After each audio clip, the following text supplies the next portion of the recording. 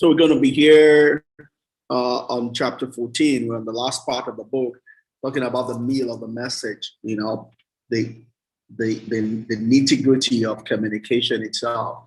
I mean, last week we shared on the recipe, right? The instruction of how to put the different ingredients together, right? Today we're going to be talking about the ingredient itself that makes up the message itself, right? The meat of it all, as it were. So, and this is a quote by T.D. Jakes. As you will note, this particular part is written by Dr. Frank Thomas, right? Who's a seminarian, a doctor, PhD in doing this. So, we're having an expert talk to us about communication, but pretty much from using T.D. Jakes as a subject matter, as a case study, as it were. T.D. Jakes has this quote, talks about the ingredients of a good sermon, and the word sermon there represents communication. So it could be any kind of communication you might have, but it says the ingredient, or I'll use the word the essential ingredient, where it comes from what the recipe requires, as well as what you decide to add or subtract. The recipe itself is what you might call the guideline, right? And that's for amateurs. Amateurs have to stick by the recipe, right? Because you're not gaining enough mastery to begin to tweak things around. But as you gain mastery, you can then begin to add or subtract to get different flavors of the same meal you're trying to prepare. But the first step is you have to get to know the recipe and understand the recipe. After you've understood it, you can then begin to tweak it around to get different flavors, to meet different audience, different age group, tradition, culture, as there might be according to the message or the audience or what you're trying to communicate, right? That the essential ingredient, right, is what the recipe recommends. Another way of saying that is, in communication, we have the science and we have the art of communication. The science of communication tells you about the boundaries, tells you about is a recipe. It tells you about how we should put the different parts together. What we call the science of communication really is what you might call the recipe of communication, right? It defines for us what communication is and how it should be done for different group sets in different areas, different places, right? But there is more to it, right?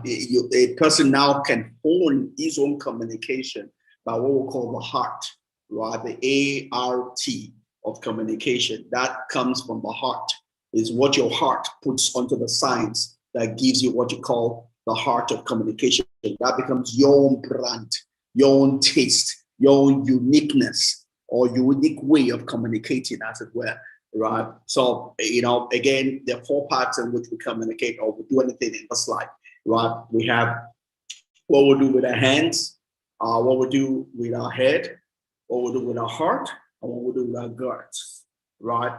Typically, the ordinary level, right, that uniforms and carries all of us together is where you say what you do with your hands, right? And that's pretty much talking about the science of communication. There we can all learn. We can all have commonality, as it were, as to how to communicate, how to pass a message across, right?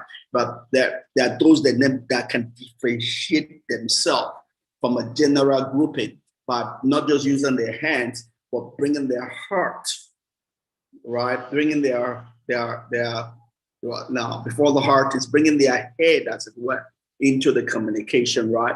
You're bringing your head into the communication. You're not just doing it as a gifting or as a talent, but you are beginning to exercise yourself in terms of knowing more, or become more skillful, as it were, in communication. So you go to another level than the level that is what we might call the native way of communicating, right? What you are born with, right? Or native knowledge, right? Or native wisdom.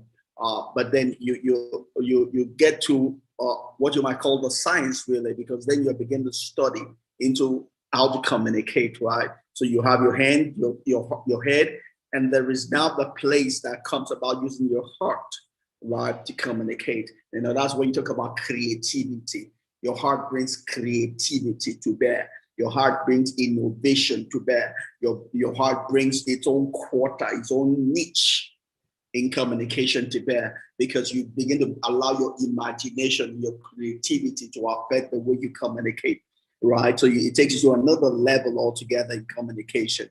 And there's also the gods, right? The gods is you now being able to break boundaries, either to establish boundaries. You begin to try things that, or go places that people have not gone through before, right? And all of this are just different ways of communicating, right? And it comes by practice. You're only going to get good at communicating by doing it. You see, I'm a much better person today because I get to do this. The more I do it, the more I find new boundaries. I push boundaries, and I get better at doing it, right? I get better at doing it because I do it, right? And that's just the whole easy thing about it. When it comes to communication, it's one thing to read about it, and that will not get you to a place of uniqueness, or having a niche, or being able to have a brand that can be celebrated or that is marketable, right? You have to do it to know how to do it. You have to do it to specialize at it. You have to do it to find your own niche. You have to do it to make it marketable, attractive, and desirable.